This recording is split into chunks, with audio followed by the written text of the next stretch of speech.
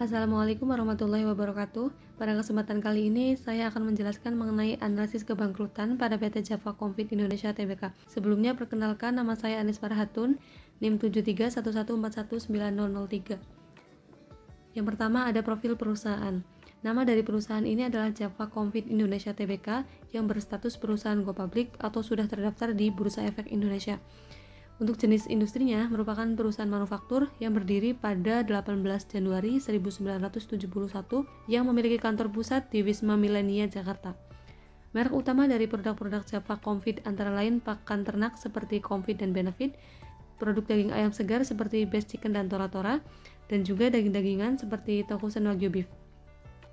Pemegang saham yang memiliki 5% atau lebih saham Java Confit Indonesia yaitu Java Holding yang merupakan induk usaha sebesar 51,00%, perusahaan yang berkedudukan di Singapura, dan juga KKR Jet Investment sebesar 11,98%.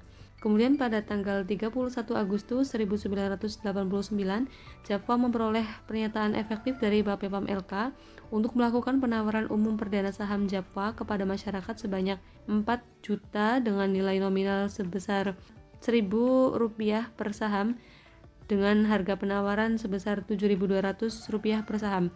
Kemudian saham tersebut dicatatkan pada Bursa Efek Indonesia pada 23 Oktober 1989. Baik, berikutnya adalah prediksi kebangkrutan. Analisis prediksi kebangkrutan merupakan analisis yang dapat membantu perusahaan untuk mengantisipasi kemungkinan perusahaan akan mengalami kebangkrutan yang disebabkan oleh masalah-masalah keuangan. Berikut ada metode analisis multivariat. Jadi metode analisis multivariat ini adalah metode statistika yang digunakan untuk menganalisis data yang terdiri dari banyak variabel dan antar variabel tersebut saling berhubungan satu sama lain.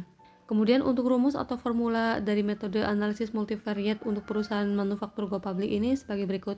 ZI sama dengan 1,2 dikali X1 ditambah 1,4 dikali X2 ditambah 3,3 dikali X3 ditambah 0,6 dikali X4 ditambah 1,0 dikali X5, dimana untuk X1 ini merupakan aktiva lancar dikurangi hutang lancar dibagi total aktiva, X2 adalah laba ditahan dibagi total aset, X3 adalah laba sebelum bunga dan pajak dibagi total aset, X4 adalah nilai pasar saham biasa dan profesional dibagi nilai buku total hutang, dan untuk X5 adalah penjualan dibagi total aset.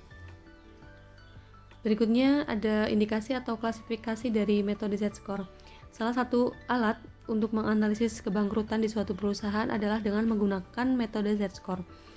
Untuk indikasi yang pertama, jika nilai Z-score-nya itu lebih kecil daripada 1,81, ini mengindikasikan bahwa perusahaan berpeluang besar mengalami kebangkrutan. Yang kedua, jika nilai Z-score-nya itu lebih besar daripada 2,99, mengindikasikan bahwa perusahaan berpeluang kecil mengalami kebangkrutan. Dan indikasi yang ketiga, jika nilai Z-score-nya itu lebih besar daripada 1,81 dan lebih kecil daripada 2,99, ini mengindikasikan bahwa kondisi perusahaan berada dalam area ambigu. Baik, berikutnya adalah ringkasan data laporan keuangan dari PT Java Confit Indonesia Tbk 3 tahun berturut-turut, yaitu dari tahun 2018, 2019, dan 2020. Berikut ini ada akun-akun yang sudah saya analisis dari laporan keuangan Java, di mana untuk akun pertama ini ada aktiva lancar pada tahun 2018 sebesar Rp12.415.809. Kemudian pada tahun 2019 sebesar Rp12.491.930 dan pada tahun 2020 sebesar Rp11.745.138. Kemudian setelah akun aktiva lancar ada juga hutang lancar, total aset atau aktiva, lalu kemudian ada laba ditahan, laba sebelum bunga dan pajak dengan nominal yang tertera. Kemudian di sini juga ada nilai saham biasa dan juga preference. Untuk akun ini kita bisa dapatkan dari harga saham dikali dengan jumlah saham yang beredar di tahun tersebut. Data harga saham dan jumlah saham yang beredar ini kita dapatkan dari annual report. Untuk itu nilai pasar saham biasa dan juga preference pada tahun 2018 dihasilkan sebesar 402.000. kemudian tahun 2019 sebesar 231.000 dan juga tahun 2020 sebesar 115.000. Berikutnya ada nilai buku total hutang yang didapat dari jumlah likuiditas pada laporan keuangan. Berikutnya juga ada akun penjualan dengan nominal yang tertera. Berikutnya kita akan menghitung untuk Z-score untuk analisis kebangkrutan dengan analisis multivariat untuk perusahaan manufaktur go public. Nah, untuk menghitung nilai X1 sampai dengan X5 ini kita butuhkan datanya ya. Berhubung sebelumnya kita sudah menghitung di ringkasan laporan keuangan sebelumnya, maka kita tinggal memasukkan ke dalam rumus yang sudah tersedia.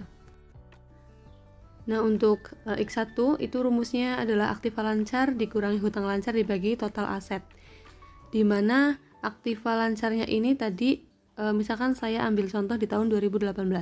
Aktiva lancarnya itu adalah sebesar 12.415 sekian ya. Kemudian nanti dikurangi dengan hutang lancar, yaitu hutang lancarnya pada tahun yang sama, yaitu tahun 2018 sebesar 6.904 sekian ya. Kemudian nanti setelah dikurangi baru dibagi dengan total aset, yaitu di sini total asetnya atau total aktivanya di tahun 2018 adalah 23.038.000 ya. Kemudian dihasilkan X1 untuk tahun 2018 itu sebesar 0,237. Begitu juga untuk perhitungan ini berlaku pada tahun 2019 dan juga 2020 ya. Untuk berikutnya masih sama perhitungannya, tinggal melihat rumusnya saja dan dimasukkan sesuai dengan rumus yang ada gitu. Nah, kemudian setelah di tahun 2018, 2019 dan 2020 ini X1 sampai dengan X5-nya ini sudah diketahui semua, maka setelah itu kita tinggal memasukkan hasilnya atau nilai-nilai tersebut ke dalam formula atau rumus dari ZI ya, dimana tadi rumusnya adalah 1,2 dikali X1 ditambah 1,4 dikali X2 ditambah 3,3 dikali X3 tambah 0,6 dikali X4 tambah 1,0 dikali X5. Maka dihasilkan ya setelah dihitung kemudian dimasukkan ke dalam rumus, dan hasilnya untuk tahun 2018 ZI-nya adalah sebesar 2,592, kemudian tahun 2019 ZI-nya sebesar 2,456, kemudian tahun 2020 ZI-nya sebesar 2,356. Berikutnya ini adalah grafik untuk Z-score tadi ya, karena tadi sudah dihitung dengan menggunakan rumus. Sekarang kita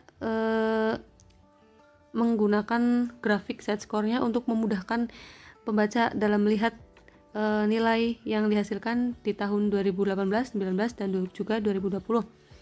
Jadi di sini kita bisa melihat bahwa di tahun 2018, 2019 dan juga 2020 nilai ZI-nya ini tiap tahunnya itu mengalami penurunan ya. Seperti itu.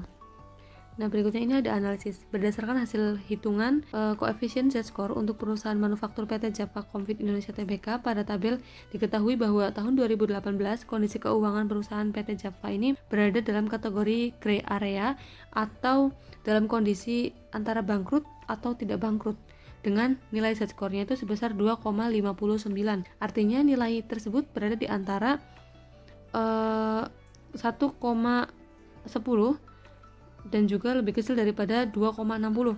Nah, pada tahun 2019 dan juga seterusnya sampai dengan tahun 2020, ini perusahaan masih berada dalam kategori gray area, namun kondisi perusahaan mengalami penurunan di tiap tahunnya dengan Z-score-nya itu masing-masing sebesar 2,45 untuk tahun 2019 dan juga untuk tahun 2020 sebesar 2,35. Yang mana dari angka tersebut berarti bahwa perusahaan berada pada area ambigu atau termasuk ke dalam gray area. Jadi kondisi yang tidak dapat ditentukan apakah perusahaan itu sehat atau akan mengalami kebangkrutan. Berikutnya ini ada informasi pendukung yang didapatkan dari sumber-sumber yang ada di internet. Kemudian untuk kesimpulannya adalah PT Java Konfit Indonesia Tbk tahun 2018 sampai dengan 2020 ini menunjukkan kinerja perusahaan yang kurang baik dikarenakan setiap tahunnya mengalami penurunan. Dari kelima variabel yang paling berpengaruh adalah X3 dan juga X4, yaitu laba dan juga nilai pasar saham selalu turun drastis setiap tahunnya. Pada situasi ini, perusahaan harus mengambil langkah untuk mengantisipasi masalah agar dapat memaksimalkan kinerja keuangannya untuk menghasilkan laba yang maksimal juga.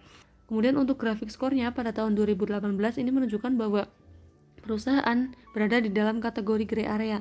Hingga tahun 2019 dan juga tahun 2020 masih berada dalam kategori yang sama, yaitu gray area, dan bahkan dari tahun-tahun 2018 ke tahun 2020 ini perusahaan mengalami penurunannya. Pada kondisi ini ada kemungkinan perusahaan bangkrut atau tidak bangkrut. Tinggal bagaimana pihak manajemen perusahaan dapat mengambil tindakan untuk segera mengatasi masalah yang sedang dihadapi. Baik, terima kasih. Sekian dari saya, kurang lebihnya mohon maaf. Assalamualaikum warahmatullahi wabarakatuh.